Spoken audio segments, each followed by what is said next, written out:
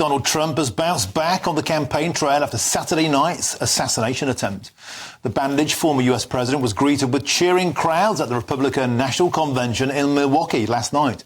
And it comes, of course, as Donald Trump picked a controversial vice president candidate. JD Vance was chosen despite him claiming that the UK is an Islamist country with nuclear weapons since the Labour Party was elected. Well, I can now speak with the US political analyst and Democrat supporter Nomiki Konst. Nomiki, thank you for joining us on the show. Now, a lot of people watching GB News might not know much about JD Vance, but he certainly comes from a very interesting background, comes from extreme poverty, served in the armed forces, and a very, very enlightened choice, would you say, for Donald Trump?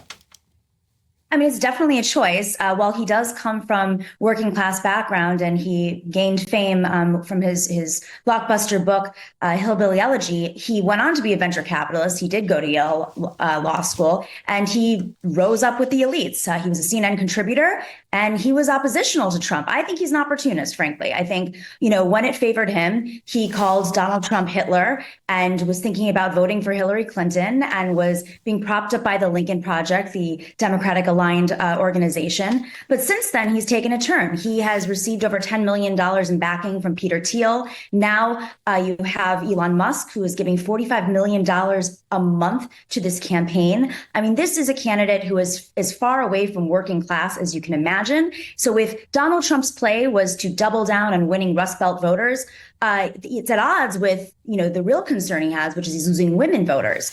This ticket is extremely anti-women, anti-abortion, very conservative, wants to cut Social Security, wants to cut Medicare. JD Vance has said that women who are in abusive relationships shouldn't be able to get divorced, shouldn't be able to choose to get divorced. This is a turn back to a different century. I don't really understand what his game was here, Donald Trump, maybe just loyalty, although JD Vance is not loyal either. So it's a peculiar decision. I think it's very much influenced by the money that is coming in from big tech and these conservative entities like the Heritage Foundation, which is backing Project 2025. But is it not healthy to say, OK, this guy disagreed with me in the past, this guy considered voting for somebody different in the past? Who cares? He's the best candidate for the job. If Donald Trump is saying he's trying to unite America, something, by the way, which Hillary Clinton never attempted to do by calling Republican voters deplorables, and look where that got them. As for his working class credentials, then he became very successful. Isn't that the American dream? I don't know if the American dream is selling out the working class. Just because he rose to another income bracket doesn't mean that he is still supporting working class people. His entire platform, the Project 2025 platform, like I said, they want to cut Social Security. They want to cut Medicare. They want to deregulate industries. I mean, this is not anything close to working class. Donald Trump may have chosen JD Vance, but I think he did it for his own reasons. I don't think it's about uniting the country. This is a man who has done nothing to unite the country. JD Vance even said he would overturn the election if he were in Mike Pence's position. But just a couple years prior, Donald Trump was the enemy to JD Vance. I don't think he had some sort of philosophical change. I think he accepted a lot of money from big tech, and big tech wants to have a completely different type of conservative than even Ronald Reagan. I mean, Ronald Reagan is fairly conservative. I think they're trying to take it up an extra notch, including, not allocating foreign aid to Ukraine, to isolate the United States. That's not in the best interest of the United States. That's not in the best interest, frankly, of these tech billionaires. It's not in the best interest of stable democracies. It's in the best interest of our foreign adversaries to destabilize and not give aid to countries like Ukraine and other countries in conflict zones.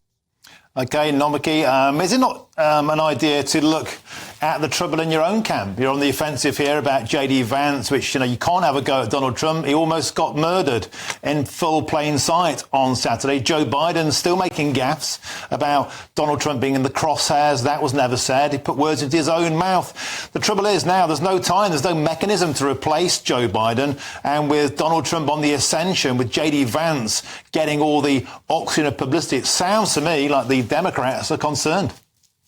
So I think this is aside from the conflicts of the past few weeks between both Donald Trump and Joe Biden, the crises that have ensued, this is very typical. The Republican National Convention always gets a couple points, boost, and then the Democratic Convention gets a couple points boost, and that's how it rolls out. But really, even after the crisis of the last few weeks, Donald Trump has not been surging in the polls. In fact, Joe Biden is bumping back up. After the shooting, people were very concerned, frankly, and I think it has united the Democrats.